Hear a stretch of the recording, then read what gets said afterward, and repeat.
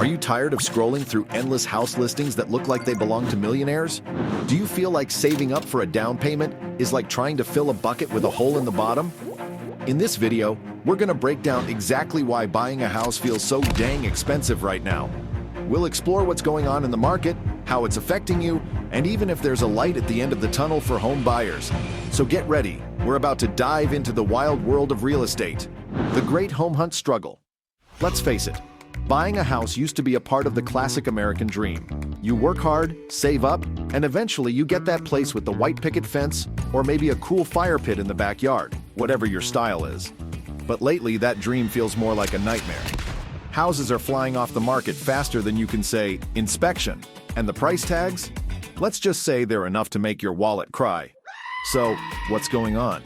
Why is the housing market acting like a luxury car dealership selling cardboard boxes? The culprit: supply and demand.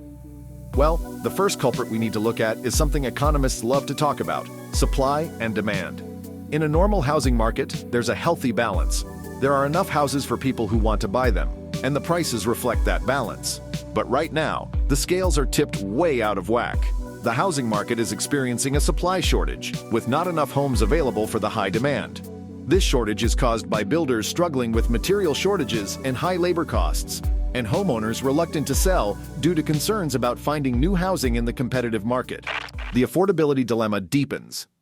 As of March, a median income household can now afford a home up to $416,000, a sharp drop from $561,000 3 years ago, according to First American Financial's data.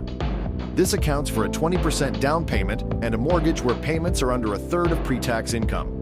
A survey by Entrata with 2,000 U.S. renters showed 20% believe homeownership is out of reach, up 33% from 2021. Almost half of renters in an open-door survey would delay buying a home until interest rates drop below 5%.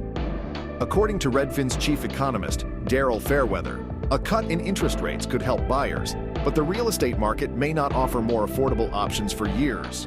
So many buyers, so few homes. On the demand side, well, let's just say there are a lot of folks out there hunting for a house.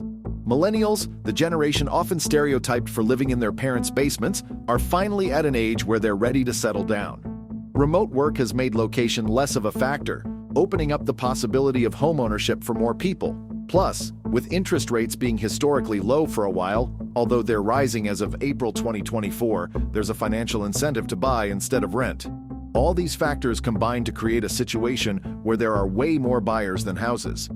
And guess what happens when there's more competition for something? The price goes up. Bidding wars become the norm, with houses selling way above the asking price. It's enough to make you want to pack your bags and move to a deserted island. Is there any hope for home buyers? Okay, so things seem pretty bleak, right? Well, don't despair just yet. Here's the thing. The housing market is cyclical. That means it goes through ups and downs. No one can predict exactly what will happen, but there are some signs that things might cool down a bit in the future. With interest rates rising, that could dampen demand slightly, taking some of the pressure off prices.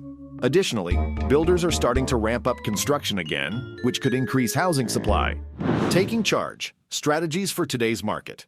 Now, this doesn't mean you should just sit back and wait for the perfect storm of affordable housing to magically appear.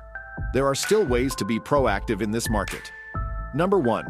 Get pre-approved for a mortgage. This shows sellers you're a serious buyer and can help your offer stand out. Number 2. Work with a real estate agent. A good agent can help you navigate the competitive landscape and find a house that fits your needs and budget. Number 3. Be flexible. Don't be afraid to consider different locations, property types, or fixer-upper opportunities. And finally, be patient. The right house will come along, but it might take some time and persistence.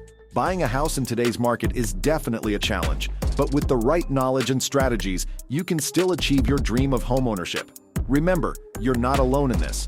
Millions of people are facing the same hurdles. So, do your research, be prepared, and don't give up on your house hunt. If you enjoyed this video, you might find our guide on how to buy a house in Japan for free intriguing. Simply click the image on the screen now to discover more. We hope you find it insightful, and thank you for watching.